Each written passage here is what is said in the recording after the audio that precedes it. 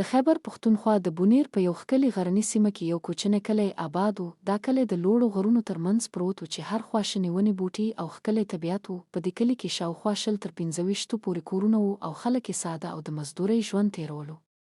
په همدې کلي کې یو مزدور سړی احمد نومېده. هغه هره ورځ مزدوري کوله او د خپل کور خرڅ یې برابرولو. د هغه په کور کې د هغه ښځه 2 لوڼې او یو زوی علي اوسېدل.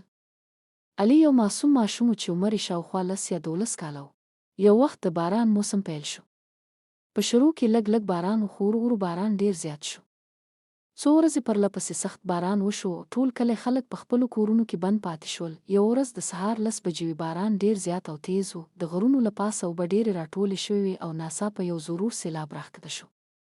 دا سیلاب دومره زورور و چې ټول کلی په خپله غیږ کې واخیست. خلک په ویره کې منډې وهلې خو د اوبو زور ډیر زیات و. ډیر خلک ځانونه ونه ژغورلی شول او سیلاب یې وړل.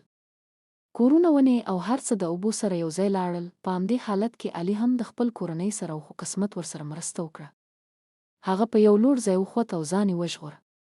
خو د هغه په سترګو مخکې مور پلار او دواړه خویندې د سیلاب اوبو یوړې. علي یوازې پاتې شو. کله چې اوبه لږې شوې د نورو کلیو خلک د مرستې لپاره راغلل.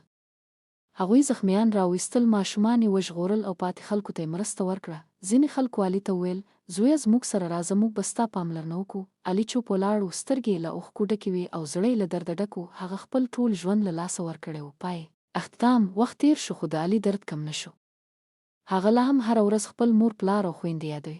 نن هم علي په بونیر کې ژوند کوي. هغه لا هم یو کوچنی ماشوم دی چې مخکې به مکتب ته تلو او خوبونه به یې لیدل. اوس هغه د ځینو مهربانه خلکو سره ژوند کوي چې د هغه پاملرنه کوي او مرسته ورسره کوي.